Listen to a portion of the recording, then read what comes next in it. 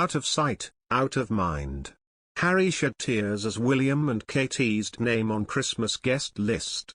Members of the royal family are to join the Duke and Duchess of Cambridge at Kate's Christmas Carol concert with performances by singers Ellie Goulding and Leona Lewis. Kate's festive event is being broadcast on ITV on Christmas Eve at 7:30 p.m. after a reported last-minute switch from the BBC following a row over the BBC Two documentary which examined William and the Duke of Sussex's relationship with the media. The Together at Christmas concert, which reflects on the challenges of the pandemic, will also include readings by William, British Paralympian and junior Dr. Kim Daybell, and presenter Kate Garraway, whose husband Derek Draper spent a year in hospital after contracting coronavirus. The Duchess will feature in the introduction to the special Christmas Eve programme Royal Carols, Together at Christmas, as will a performance by singer Tom Walker of his Christmas single For Those Who Can't Be Here. As part of the concert, carols will be sung by the Abbey Choir, alongside musical performances by Goulding and Lewis. There will also be a performance of To the Day, a composition created for the service by poet and writer Lem Sissay. Details of which members of the royal family are attending have not been released, but Kensington Palace said unsung heroes from across the length and breadth of the nation would be recognised for their tireless efforts and selfless acts of kindness despite incredibly difficult circumstances. People who William and Kate met and spent time with during recent engagements have also been invited, as have armed forces personnel involved in Operation Pitting, the UK's evacuation of civilians from Afghanistan after the Taliban takeover.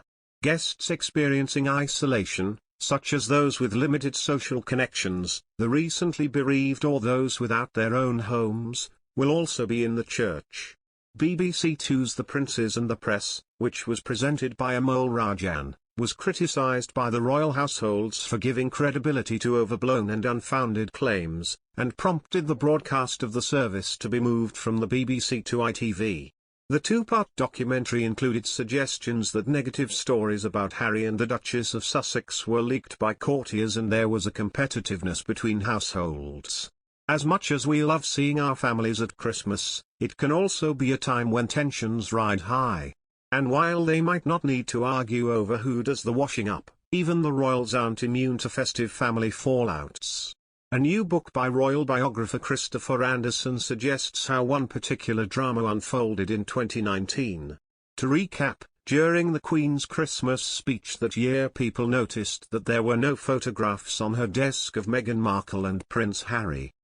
In Brothers and Wives, Inside the Private Lives of William, Kate, Harry, and Meghan, Anderson suggests that the Queen's snubbing of the Sussexes was intentional.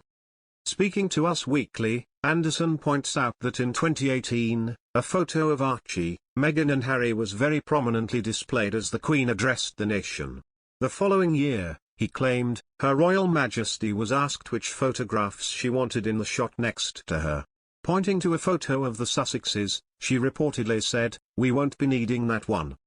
Meanwhile, the Queen chose to display a large photo of the Cambridge family, including Prince William, Kate Middleton, Prince George, Princess Charlotte, and Prince Louis.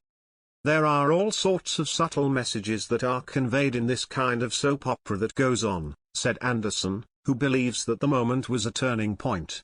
"I think that was a hurtful thing for Prince Harry to see," said the author. "A friend of Harry's told me that he felt that he was being erased in a sense from the family. And it was right after that they made their decision to leave the UK.